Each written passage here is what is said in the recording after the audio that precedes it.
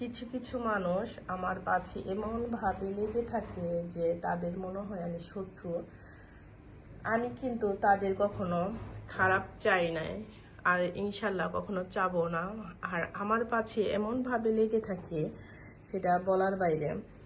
আমি আজও কারো কোনো দিন ক্ষতি করি নাই, আর কেউ বলতে পারবো না যে আমি সুমা কারো গাছের একটা পাতা ছিঁড়েছি না বলে। আমার জানা মতো আমি কারো ক্ষতি করি নাই। আমার ক্ষতি এমনভাবে করার জন্য পিছিয়ে লেগে আছে যে সেটা আসলে বলার বাইরে।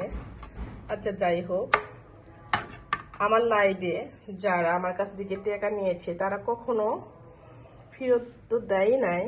হারো যেতে গেলে তাদের অনেক সমস্যা হয়।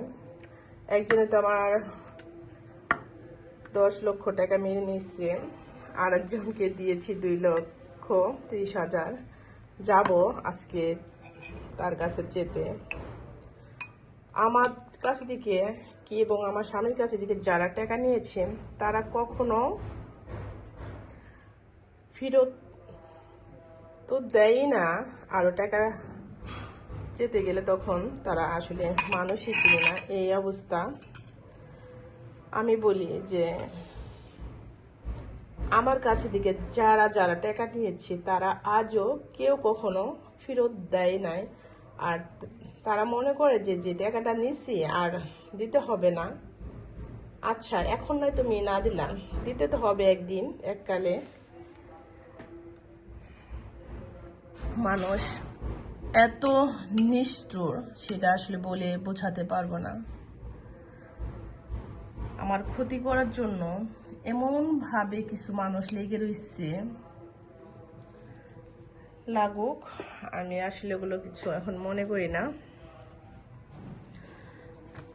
যারা ক্ষতি করবে তারা একদিন ক্ষতিগ্রস্ত হবে। আমার লাইফে যারা যারা টাকা নিয়েছে তারা আজও কখনো টাকাগুলো ফেরত তো দেয়ই নাই। কি বলবো, বলার ভাষা নাই। টাকা নেওয়ার সময় অনেক ভালো করে নেয়। একজনের টাকা নিয়েছিল 10 লক্ষ টাকা, সে তো জীবনে আজীবনে তো সে একদম গায়েব হয়ে গেছে, সে তো দেয়নি। আরেকজন তো আমাদের দোকানের যত মাল সাবান আসাল 1100 নতুন একটা দোকান করছিলাম, সেগুলো সমস্ত জিনিস বিক্রি করে নিয়ে সে আত্মসাৎ করে খেয়েছে। আবার এরকম অনেকেই আছে যে টাকা 5,000, 10,000, 2,30,000 এইভাবে যে কত টাকা নিয়েছে মানুষ সেটা বলে আসলে বোঝাতে পারবো না। অনেক অনেক নিয়েছে। আমি ধৈর্য করে থাকি যে আচ্ছা, দুনিয়াতে না দিলাম, কিয়ামতে আখিরাতে জানিস তারা টাকাগুলো দেয়। এভাবেই আসলে ধৈর্য করে থাকি। তার জন্য ভাবি একসময় যে জীবনে কাউকে কখনো 10টা টাকা ধার দিব না। আসলে এখন দিতে চায় না কাউকে। আর মানুষের ক্ষতি কোনো দিন করি না। আমার যে এইভাবে এমনভাবে যে ক্ষতিগুলো মানুষ করে সেটা বলে বোঝাতে পারবো না।